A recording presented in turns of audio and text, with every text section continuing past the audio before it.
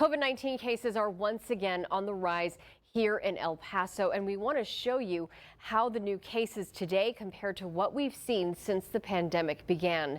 From March of 2020, when El Paso saw its first case, to now, there have been two major spikes. The first one in November of 2020. Now, at that time, we saw days with more than 2,000 new cases. And then you see in January of 2022, the second spike. There were days with more than 3,000 new cases. Now, if you look to the end of the chart at today, you can see the spike is nowhere near what it was in November of 2020 or January, but you could see the cases are rising. In fact, there were more than 1,000 new reported cases yesterday. ABC 7's Sarah Correa joins us live to pick up the story from here. Sarah.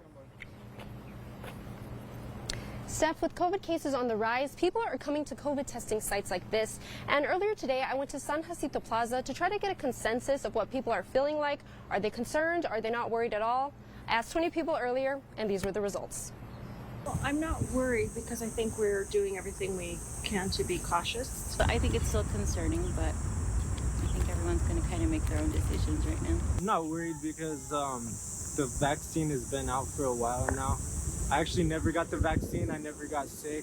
It's not just cases that are rising, but also hospitalizations. On a 7-day average, hospitalizations have gone from 25 in May to 65 now. So is that increase concerning people or not at all? I brought out this board to get the answer in the form of a check mark. With the rising cases of COVID, it fills up the hospital beds, and I don't want all the hospitals being at full capacity. If there's an emergency, then I don't want to not be able to have quick access to the emergency room. We're traveling this coming week and we're trying to be careful, about that. But I think 2 years in, we're having to learn to live with it. In a way, it's great because I think people are wanting to go back to normal, but at the same time, disregarding what the numbers are looking like. Well, we have an increase in those number of cases.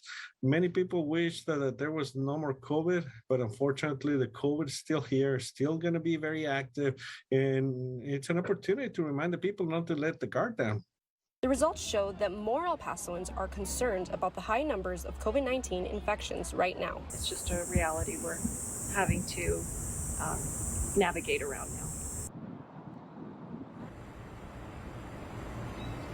And of the 20 people I surveyed today, 12 said they were still worried and 8 said they weren't concerned at all. Still, the CDC has moved community levels from low to high. Reporting live in West El Paso, Sarah Correa, ABC 7.